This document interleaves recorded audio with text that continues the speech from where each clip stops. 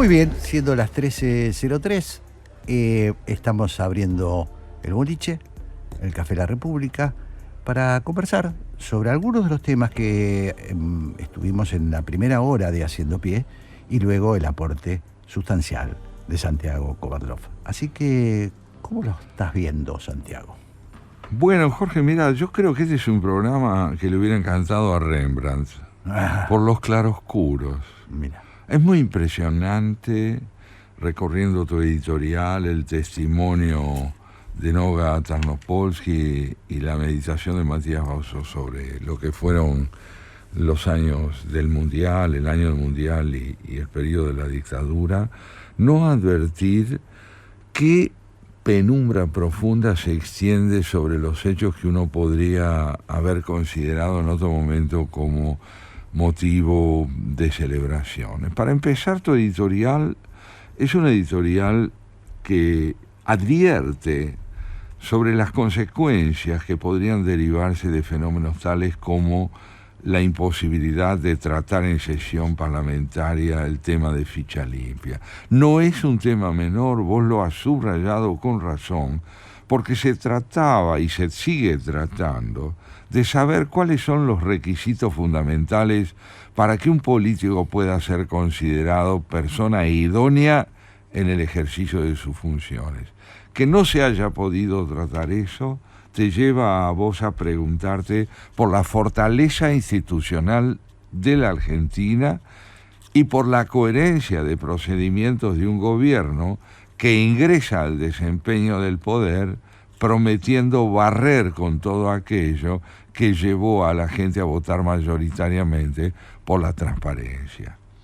A eso se le añade el hecho de que también subrayás en tu editorial que la polarización vuelve a estar en la agenda política. Una polarización que nos estamos preguntando a quién le sirve, qué es lo que gana el fortalecimiento del sistema democrático en el que se supone está empeñado el oficialismo, con trasladar al campo del debate con quien ha sembrado tanto de los males por los cuales hoy estamos esperando una solución, que gana hoy el país con este debate. Fortalecimiento institucional, garantías democráticas, coherencia con el campo constitucional.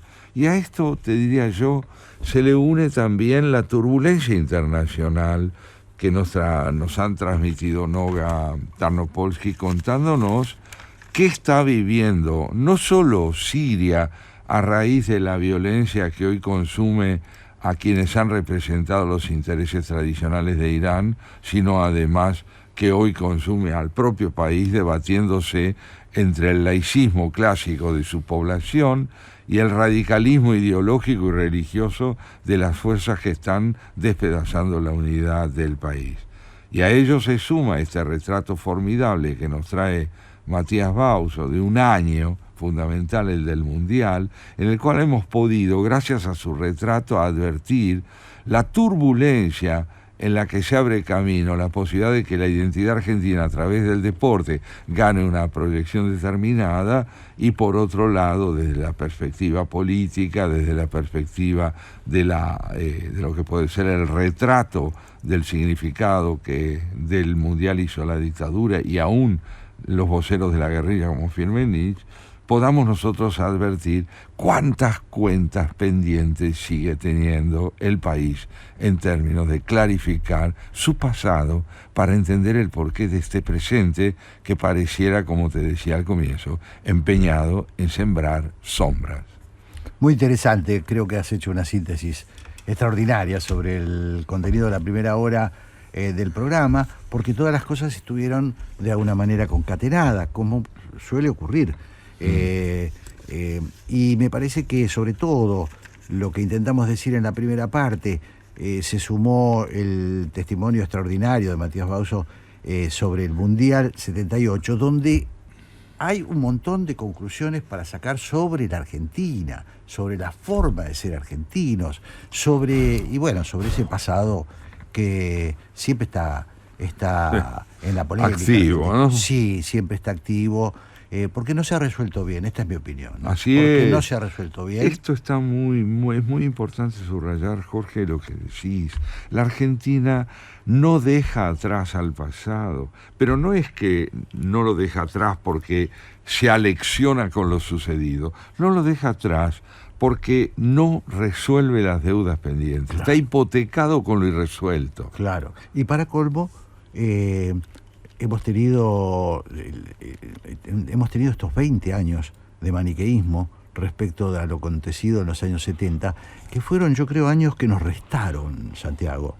Años que nos restaron para un debate serio, para un debate racional, ajeno a las pasiones en la medida que se pueda, tratando de preservar el dolor de las víctimas, del dolor de las madres, de los padres, de los hermanos, el dolor de todos aquellos que perdieron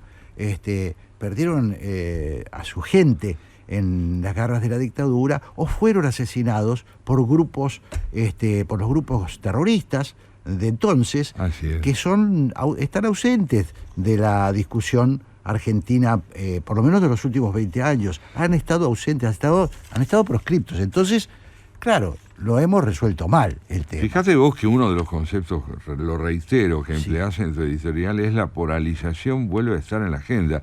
En realidad, ¿ha dejado de estar alguna vez? Esa es una buena pregunta, ¿no? ¿No es cierto? Está bien, no se trata de responderla de inmediato, pero esta persistencia en lo ideológico no hace más que perpetuar la imposibilidad del diálogo. Sí, totalmente. Yo creo, bueno, es como decimos, es para una conversación de más largo aliento, pero bueno, a esta polarización se le suma hoy la desaparición prácticamente de los partidos políticos, y eso sí que es una novedad. Eso sí que es una novedad, Santiago. Sí, muy importante también. Vos lo recordás permanentemente. ¿Cómo fundar fortaleza institucional en un país donde los partidos políticos no tienen protagonismo? No tienen protagonismo, no tienen ideología, no tienen nada. No, claro. De hecho, porque este es el problema. Se puede tener un partido chiquitito, se puede tener un partido grande, se puede tener un partido que aspira a mucho, se puede tener un partido que no aspira a demasiado. Pero no hay conceptos. Pero ¿cuál es hoy me encantaría preguntarle a los dirigentes políticos por qué estás, además del por figurar en la boleta electoral, ¿por qué estás en determinado partido? Esta es una discusión, este es un debate pendiente en la Argentina. Fíjate vos que la agonía de los partidos fundamentales, tradicionales e históricos del país fue en un momento suplantada por la aparición de coaliciones cuya finalidad era refortalecer la acción política asentada en ideas. Claro. Y estas mismas coaliciones son las que en muy poco tiempo se desvanecen y la fragmentación vuelve a imperar donde se buscó de alguna manera la interdependencia. Absolutamente. Mirá, me hiciste muy bien en recordarlo. El tema de las coaliciones, yo creo que fue un paso adelante en la institucionalidad argentina. Porque la coalición obliga a acordar con el diferente. Así es. Sí, por lo tanto hay que deponer hay que ceder para que el otro pueda ser incluido. Fue un paso adelante, pero lamentablemente la coalición más interesante, que fue la que surgió para enfrentar al kirchnerismo, que fue un fenómeno populista desde sus comienzos, ¿no es cierto? Un fenómeno aglutinador por el liderazgo desde sus comienzos. Bueno, lamentablemente sufrió un fracaso fuerte durante su gobierno y hoy está desperfilado, ¿no? Sí. Vamos entonces a una pregunta más en torno a lo que está ocurriendo, ¿no? ¿Cómo se están desdibujando nacional e internacionalmente los perfiles tradicionales de lo que podríamos llamar el escenario de las democracias? Uh-huh. Fíjate lo que narraba nuestra entrevistada Noga Tarnopolsky con respecto a Israel. Ya no hablemos de la guerra propiamente dicha, mirada como confrontación, sino de la disputa interna que la democracia israelí enfrenta a raíz de las diferencias entre el primer ministro, los juicios que se le abren y las Fuerzas Armadas israelíes que lo miran como diciéndole: no vamos a perpetuar esta guerra simplemente para que vos quedes exceptuado de las cuentas que tenés que rendir ante la justicia. Impresionante, ¿no? Sí, sí, fue muy revelador lo que dijo Noga, ¿no? Muy revelador. Para nosotros que miramos los acontecimientos con mucha preocupación, pero a veces nos perdemos los detalles, ¿no? Nos aporta un ángulo de referencia. Sí, otro rasgo que yo te diría que viene teniendo la audición de hoy, sí, es el gran protagonismo del pensamiento. Más allá de tu editorial, lo cierto es que tanto Noga como Matías Bauso han aportado ideas, claro, a la comprensión de los hechos del pasado y del presente. Y este aporte de ideas es invalorable para nosotros. Es el mayor capital que tratamos de promover en un programa como el nuestro. Absolutamente, absolutamente. Yo creo que, esa es la diferencia que tratamos de hacer. Siempre lo digo, lo dije al comienzo de este programa, lo repito, Santiago. Nosotros hacemos un programa, tratamos de pensar qué nos interesa a nosotros. A ver, qué nos gustaría saber de los grandes hechos. Yo te diría, ¿no?, en ese sentido, y creo que con nuestros oyentes los compartimos, que nos gustaría que se afiance y se extienda la fiesta del pensamiento, claro, que es un gran consuelo frente a hechos no siempre gratos de recordar o de vivir. Pensar es una de las posibilidades de ejercer con libertad el posicionamiento ante la realidad. Absolutamente, absolutamente, sí. Bueno, hoy en ese sentido podemos estar muy satisfechos. Sí, creo que sí. Nos vamos con muchas cosas para meditar. Mucho para pensar. Y eso es gracias a nuestros entrevistados. Así, ¿no?, es. Y antes de que nos vayamos a la pausa, yo quiero decirte quién viene hoy a nuestra mesa para sumar ideas. Se trata de Marcel Job, un francés que vivió entre 1867 y 1905, que ha sido un exquisito ensayista, autor de un libro que Borges valoraba infinitamente, Vidas Imaginarias, y de otro, que es la materia de nuestra lectura de hoy, Ensayos y Perfiles, un libro de 1896, que uno en principio dirá: tan viejo, el libro. No, cuando escuchemos la palabra de Job, la exquisitez de su prosa y la penetración de sus ideas, veremos con qué propiedad reflexiona acerca nada menos que las relaciones entre lo social y lo personal, entre la biografía de un individuo y el perfil identitario de una comunidad. Un hombre que se pregunta con qué se construye una biografía. Qué interesante. Bueno, vamos un temita, Santiago. Vamos a un tema. Y volvemos con Job. Marcel Job. Muy bien, entonces estamos acá con Santiago Kovadlov en este boliche que hemos llamado Café La República, y estamos por hablar de un ensayista, de un intelectual francés. A ver, Santiago. Así es, Marcel Job, muy conocido por los aficionados a la literatura y, como decía, muy admirado por Borges, fue tal vez uno de los más notables estilistas de su momento, junto con Marcel Proust, también tocayo de él. Y lo hemos traído hoy a nuestra mesa, Jorge, porque es autor de un ensayo delicioso titulado El arte de la biografía. ¿Qué es componer una vida en torno a un personaje? ¿Cuáles son los hechos que deben alimentar aquello que puede despertar la posibilidad de reconocerlo y de conocerlo? Marcel Job se inclina siempre como rasgo distintivo del ensayo biográfico por aquellos aspectos de una vida que no necesariamente forman parte de lo que podríamos llamar la historia oficial, ni del personaje ni del momento. Le interesan los pequeños matices de una vida, aquello que le infunde, diría, transparencia a lo que tiene de único, de singular. Y en ese sentido, la relación entre lo singular y lo general lo lleva a él a decir que los historiadores fatalmente tienen que diluir el perfil de las figuras singulares en favor de las tendencias, las líneas y los grandes temas colectivos. Y lo singular queda como opacado. Hay una reflexión muy linda que lleva adelante también en su momento, un poco antes que Marcel Job, sobre esto, un gran pensador dinamarqués, danés, que es Søren Kierkegaard.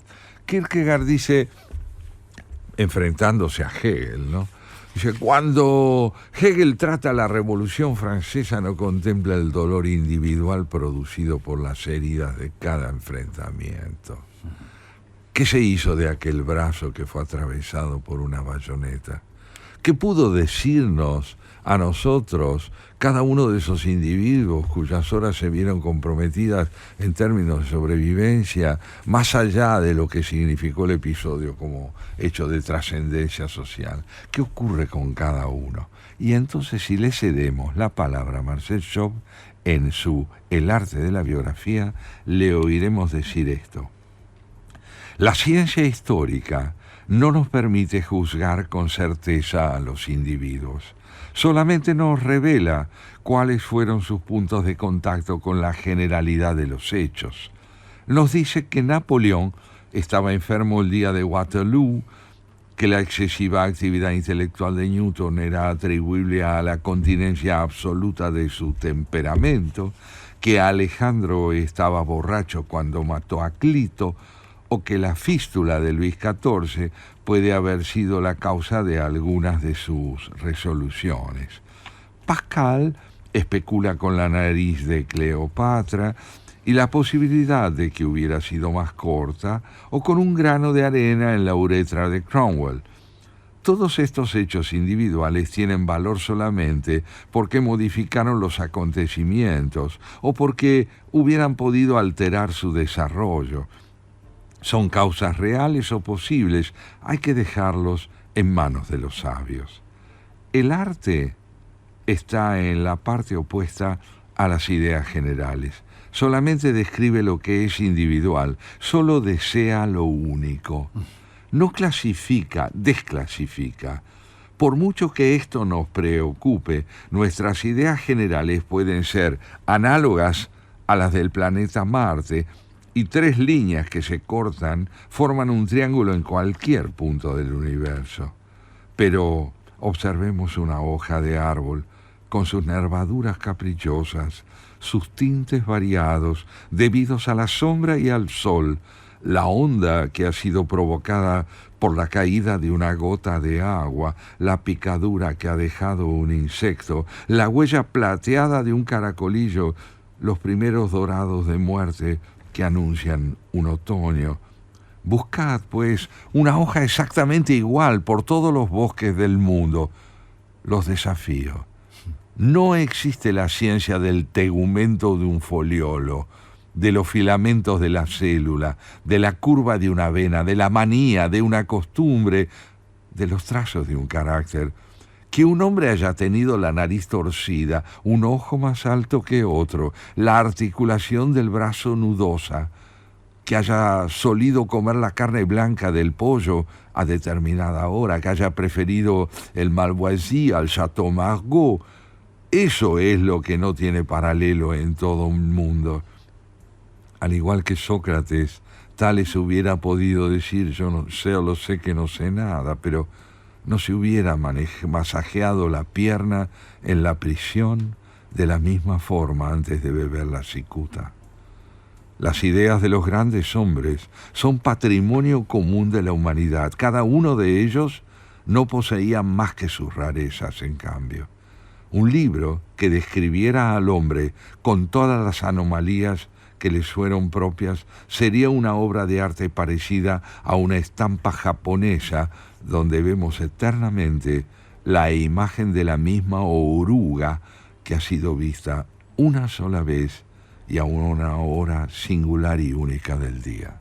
Oh, qué interesante, ¿eh? Creo que es un aporte el que nos trae Marcel Job. Sí, todo un aporte para el debate, ¿no? Para una conversación sobre, bueno, cómo se escribe la historia finalmente, ¿no? Claro. Porque lo que dice la singularidad, de alguna manera queda olvidada por los grandes trazos de la historia, ¿no? Así es. Eso entiendo. Y es que lo has entendido muy bien. El arte, dice él, está en la parte opuesta a las ideas generales. Claro. Pero yo también le diría a nuestro amigo Marcel Job lo siguiente.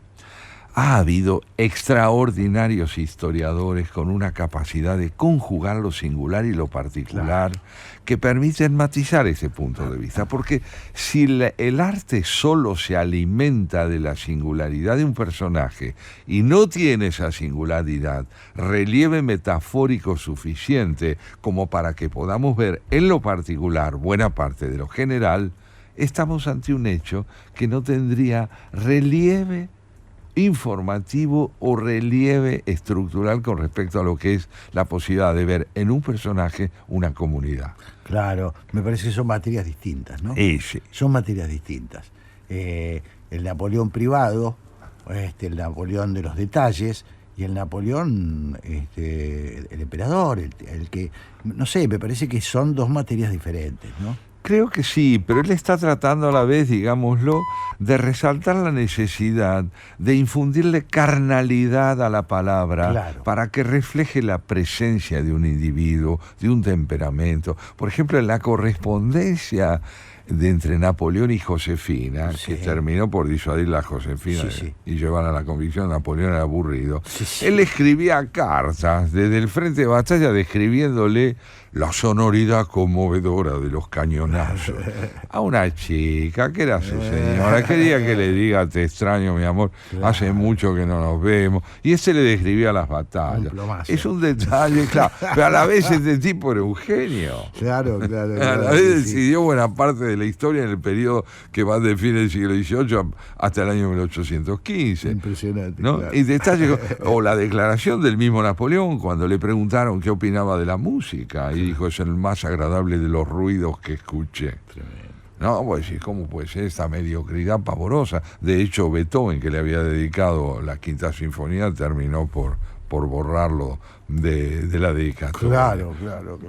Y así, detalles como este, sin embargo, que nos permiten volver a lo que nos dice Marcel Schott, revela uno de los rasgos, yo te diría, distintivos del talento de escribir, ¿no? Sí. Que es la capacidad de infundirle respiración a la palabra, de darle vida, de no quedar atrapado en la mera información, sino poder hacer del enunciado la expresión de un temperamento.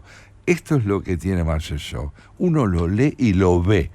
Lo que él pretende que sea una biografía aparece a través de la palabra por el talento con que se expresa. Claro. Fíjate vos, nos dice luego: las historias no nos dicen nada acerca de estas cosas.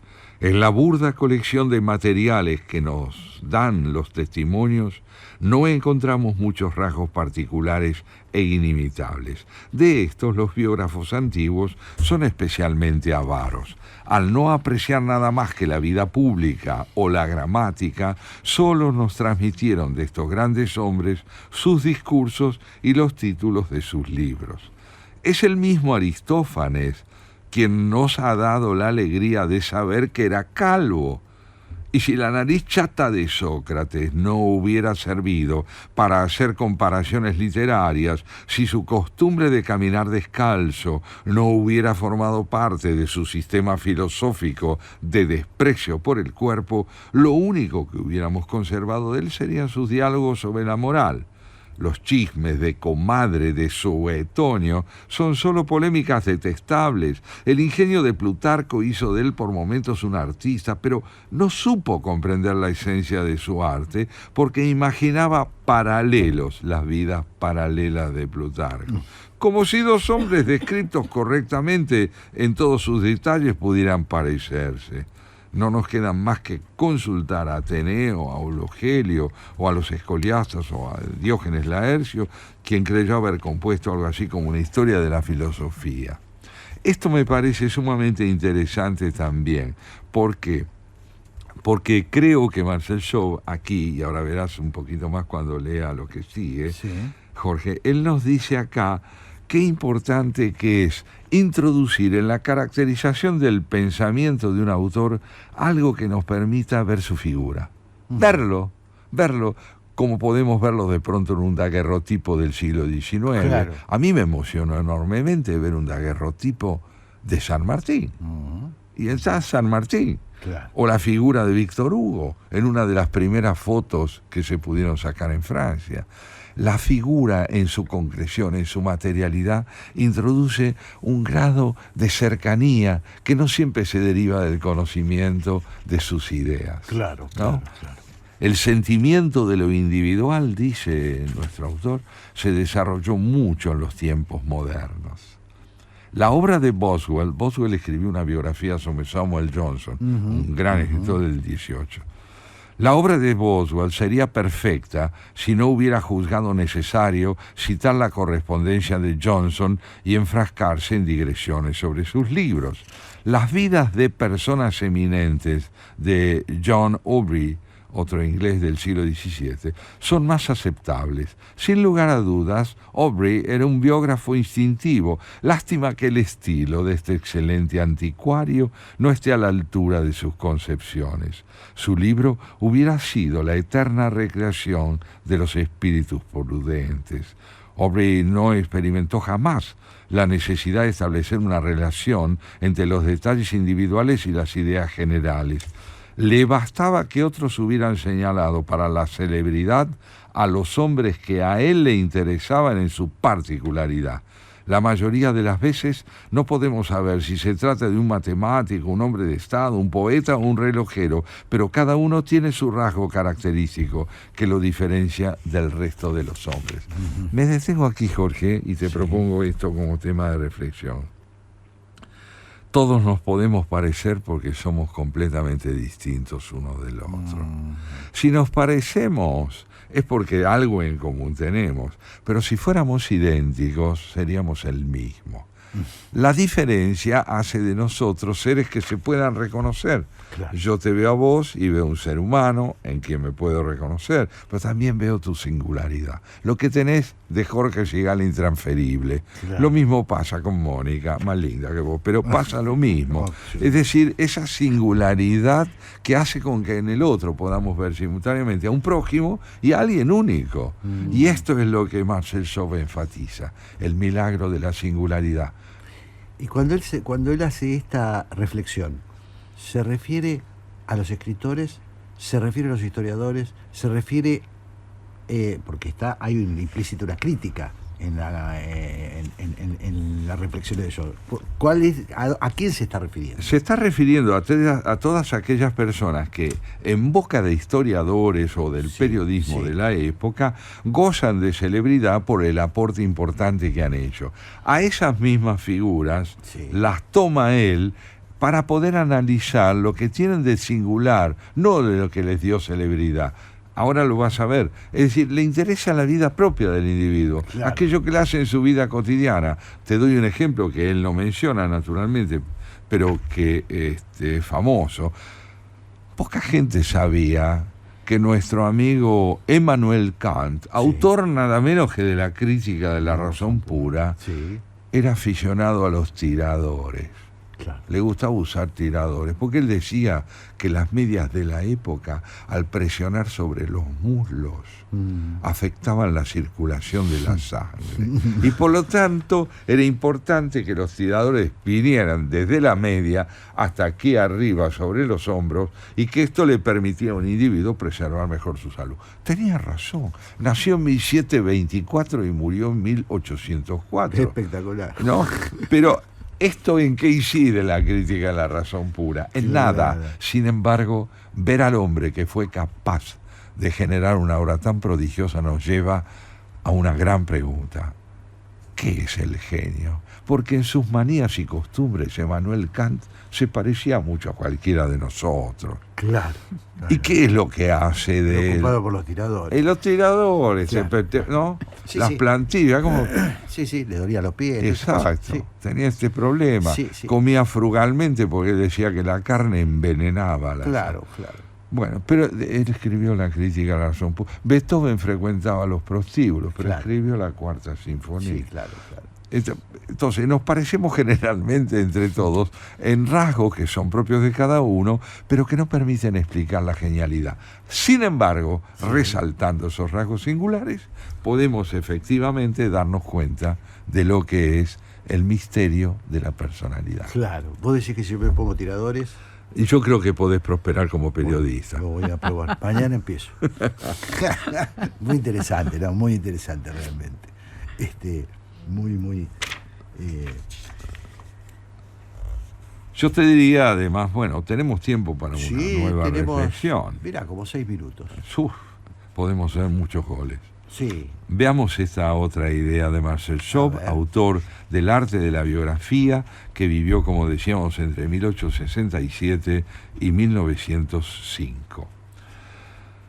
Podríamos encontrar entre los predecesores de Aubrey, que es este autor inglés del siglo XVIII que le encantaba ocuparse de los detalles de la vida de cada uno de los personajes célebres, algunos de los rudimentos de su arte.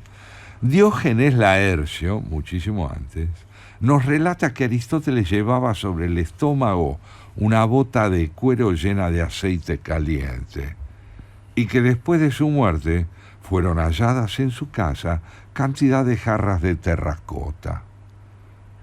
No sabremos nunca qué hacía Aristóteles con toda esa alfarería. Y el misterio es tan atractivo como las conjeturas a las que Boswell nos abandona sobre las cáscaras secas de naranja que Johnson solía llevar en los bolsillos. Aquí Diógenes Laercio llega casi hasta lo sublime del inimitable Boswell, porque en él solo son placeres más bien ocasionales, mientras que Aubrey nos lo ofrece en cada línea. Milton, nos cuenta Aubrey, pronunciaba muy dura la letra R. Spencer era un hombre pequeñito que llevaba el cabello corto y usaba un pequeño cuello de lienzo y unos pequeños puños de camisa permanentemente, no cediendo en su moda jamás. Berkeley vivió en Inglaterra en alguna época, era entonces un hombre viejo de barba blanca y llevaba una pluma en el sombrero que para él era innegociable, aunque sus temas fundamentales fueran los del derecho. A Erasmo no le gustaba comer pescado, aunque había nacido en un pueblo de pescadores, y sus argumentos eran infinitamente más triviales que sus ideas. En cuanto a Bacon, ninguno de sus sirvientes podía presentarse ante él si no era con botas de cuero de España, ya que percibía enseguida el olor del cuero de becerro que no le resultaba agradable. Esto lo que quiero, subrayo esto nuevamente. Sí. Estos detalles particulares que ponen de manifiesto a veces la semblanza de un temperamento muy claramente, llevan a interrogarse, ¿no?, sobre la relación entre hábitos particulares y pensamientos perdurables en la historia de la cultura que trascienden el siglo y las costumbres de cada individuo, pero que son indisociables de las particularidades de una vida. Claro. Bueno, y lo que él dice, ¿no? De alguna manera aproximarte a estas características de estos genios, sí, porque muchos de ellos han sido genios, te permite también entender la genialidad, te permite entender que la genialidad es un atributo de personas de alguna manera comunes. Claro. Nada más que dotados de algo que es un misterio, ¿no? Como decíamos en una de nuestras audiciones pasadas, sí. La biografía que escribe Freud sobre Leonardo da Vinci. Claro. Y dice, bueno, Leonardo solo sigue estudiando en función de su pintura, sus invenciones, su correspondencia y demás. Ahora, ¿por qué este tipo fue genial? No, claro, los tiradores no explican el tema, ¿no? Volviendo acá. No hay manera de que... Pero saber que usaba tiradores nos acerca más a una enigma de la genialidad. Exactamente. Por eso es tan interesante, entonces, estamos coincidiendo en lo que dice Marcel Schaub, y que se resume en una frase bellísima de Tolstoy. Ajá. Describe tu aldea y serás universal. Claro. Contame qué te pasa y tal vez estés hablando de mí. Claro. Entonces, y por último, escribe este autor Boswell, inglés del 18, sobre Ben Jonson, uno de los más grandes críticos de la época. Le oí decir al señor Lassie, el actor, que tenía la costumbre de ponerse un abrigo de cochero con aberturas bajo las axilas, y que esto para él era innegociable. A William Prynne esto lo sorprende y dice, su forma de trabajar era la siguiente: se ponía un largo gorro de tela que le caía por lo menos 5 o 6 centímetros sobre los ojos y que le servía de pantalla para protegerlo de la luz. y más o menos cada 3 horas su criado le llevaba un pan y un vaso de cerveza para alegrarle el espíritu, de manera que trabajaba, bebía y comía su pan, y así se entretenía horas y horas hasta la noche, cuando luego de haber cubierto muchas páginas tomaba una buena cena, y si no era así, no comía. Extraordinario. Detalles llenos de humor, de vida, de colorido, de vidas que están tan distanciadas en los siglos de nosotros y que sin embargo nos muestran la misma humanidad. Repitamos, si querés, quién era Marcel Chauve, francés. Sí, autor francés, entonces, autor de ensayos y perfiles, y como recordábamos con Mónica también, de Vidas Imaginarias, que vivió en la segunda mitad del siglo XIX, y produjo una de las prosas más exquisitas de la literatura francesa en el campo del ensayo. Ha sido muy lindo este visitante, creo, a nuestra tertulia. Lo hemos disfrutado. Bueno, se nos está yendo el tiempo. Nosotros despacito vamos a ir a primero escuchar un temita, y luego va a estar acá, imaginariamente, va a estar con nosotros, va a estar en contacto con nosotros Graciela Fernández Meijide, porque ella después toma el bastón y empieza el porqué. El porqué, vaya pregunta. Vamos. Muy bien, ya estamos seguramente en contacto con Graciela, a quien le damos la bienvenida. Hola, Graciela. Hola, ¿cómo estás? ¿Qué tal, querida? ¿Cómo estás? vas?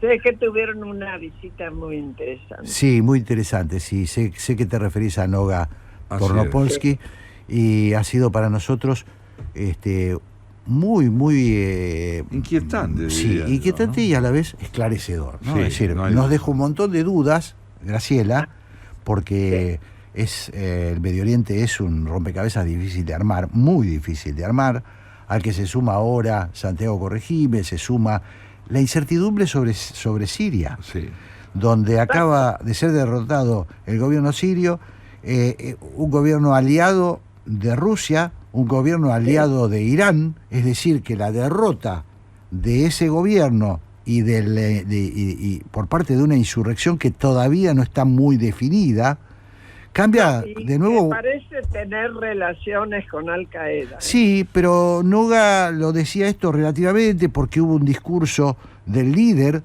de esta organización al tomar el poder, diciendo que, primero hablando que están dispuestos a negociar, que habló de Trump. Es decir, con Santiago comentábamos qué impresionante lo complejo que es el Medio Oriente y lo poco que sabemos, ¿no? Poquísimo. Bueno, yo he oído buenas explicaciones de parte de Marcelo Castelmi, de Perellanos y demás, pero es que se está moviendo continuamente. Claro. Eso es. Por ejemplo, y esto es bueno también para conocer tu opinión, uno de los temas que ella abordaba era el conflicto interno de Israel, donde las Fuerzas Armadas en este momento entienden que es hora de finalizar esta guerra que, sostienen ellos, al mismo tiempo necesita Netanyahu para poder prolongar su inmunidad y su impunidad, según los cargos que pesan sobre él, mediante el conflicto. Necesita que el conflicto vive y las Fuerzas Armadas, en buena medida, se oponen a que se hace.